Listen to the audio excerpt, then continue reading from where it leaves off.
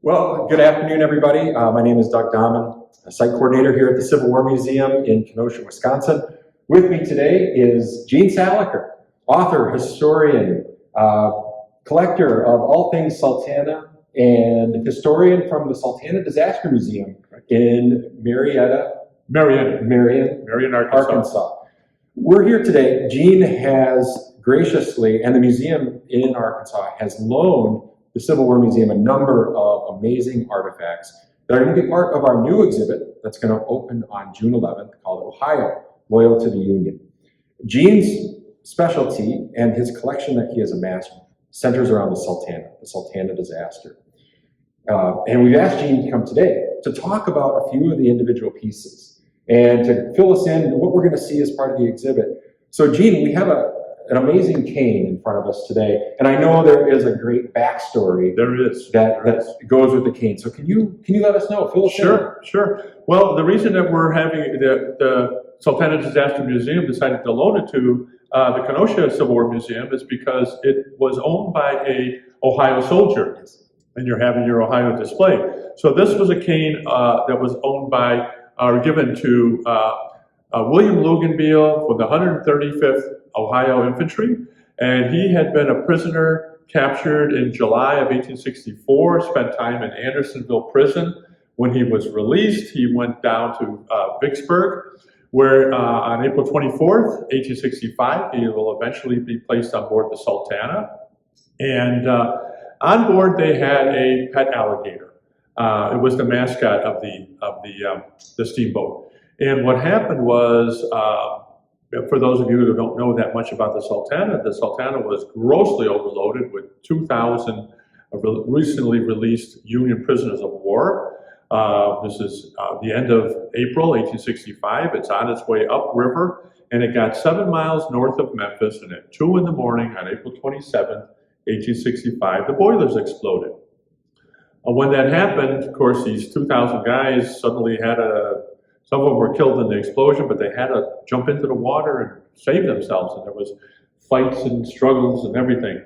And William Luganville, however, remembered that there was a pet alligator on board.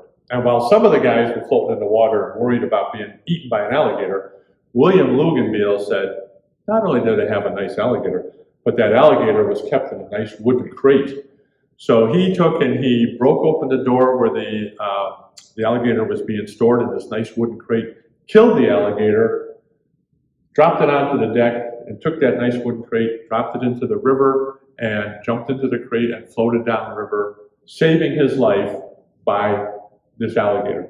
So his buddies, and he survived, and his buddies in the GAR eventually would present him with different artifacts or items, and he was known as the man that was saved by an alligator. And one of the items that they presented is this cane here, and it does have his initials on the inside by the hook, I guess you call it, on the cane. WL was carved in there. It also has on the handle Sultana, so his GR members were wanted to commemorate that. But the interesting thing is that there was an alligator carved into the shaft of the cane, and he was forever after known as the man saved by an alligator.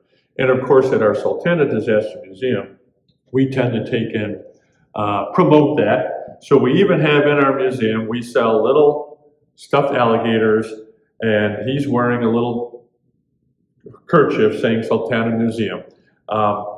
We don't know the name of the alligator. We tend to call him Sully, just from Sultana. Okay. But what do we know about Luganville after he survived? Where did he return to in Ohio? he will return to mainly Richland, Ohio County area, and he goes into, I believe it was the lumber business. He worked as a lumber man. He joined the GAR. He joins the ex-Union Prisoners of War Association, and he eventually will also join the Sultana Survivors Association. And he will leave his reminiscence in a book written by one of the survivors, a man named Chesterberry, called Loss of the Sultana and Reminiscences of Survivors. So we know that about him. I'm not positive when he passed away, but he was a star. He was at all the reunions, he was the guy that everybody came and wanted to talk to and wanted to know about his survival with the alligator. Yeah. Well, this is just one of the many objects that the Sultana Disaster Museum, Gene Salecker, has agreed to display with us as part of our Ohio exhibit, opening, like I said, June 11th, 2022. Ohio, loyal to the Union. Gene, we thank you so much for coming and sharing the story with us. Thank you, Doug. And to the museum, to the staff, the board, trustees in Arkansas, our thanks. We're going to be sharing more of these stories throughout the run of the exhibit. So look for more videos with Gene as he describes some of the things he's lent to us, some of the other hidden treasures that will become part of the Ohio show here at the Civil War Museum. Thank you so much. Thank you.